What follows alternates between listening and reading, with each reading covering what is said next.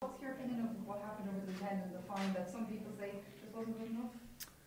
To be honest, I didn't get involved in the details. I mean, obviously, you look at the disciplinary panel and you trust their judgment. So they saw it as an administrative error, an oversight, and they've gone for a fine, which, there's no one at Leinster can say anything different. We're not going to pass an opinion on it. It's their judgment, and nothing, in the 24-hour period changed in our minds. We were just sat there thinking, we're playing Saracens, and we still are playing Saracens, so we'll work towards that. But we've got 5 Pro 14 games before then. We've got 3 now, the 2 games in South Africa, so there's plenty of rugby before then as well.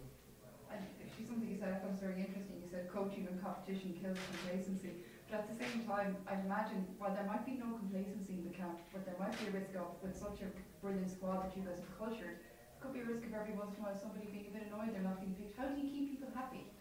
Yeah, I mean, Leo's very good at that, to be fair. I mean, you're right. I mean, the challenge for places and the lack of opportunity sometimes, because you've only got a certain number of games in the season, can deliver that. But, we do rotate the team a lot. We do rotate to give people chances, not necessarily just on form.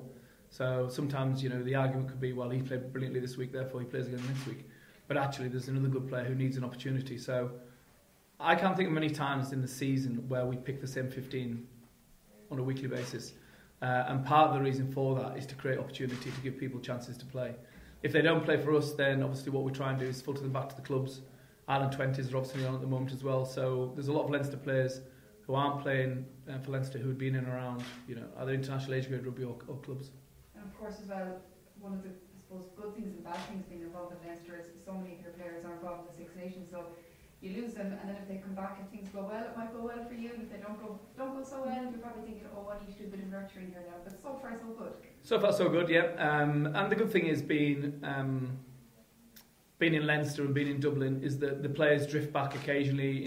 They've got a down week this week, and we've got lads who've been released, so you can catch up with them and just touch base and stay connected. That's the key thing. No, I mean, the more positive the Ireland environment, the more positive Ireland play, it definitely has a bounce-on effect to Leinster. As I said, when Ireland won the Grand Slam in 2018, you could see the bounce back, coming into Leinster squad into that European Cup campaign that we had. And conversely, then I'd imagine after the World Cup experience, I'd assume that people in roles like yourself would have had to have done a little bit of, I don't know what the word is, nurturing or confidence building, reboosting, helping them pick up the pieces. Yeah, it's just talking things through, really. But I wouldn't do anything different if they were successful, if they won or lost a game. I'd always sit down with them and review what they've learned. I'd talk about attack or defence and what they thought about the game and what they've learned as players and how they've grown, what they could have done differently, why did they do certain things. So once we've gone through that process, then we talk about, and this is while you've been away, this is what we've been doing at Leinster, and here's some of the progression we've made, so just get you back up to speed. So that process is a really important one in the reintegration of players back in from Ireland. So whether they win or whether they lose, it still takes place, and it doesn't take long, and initially it's a group, but also I pick up players individually. But it's essential because we've got so many players who play for Ireland and who are Leinster players as well.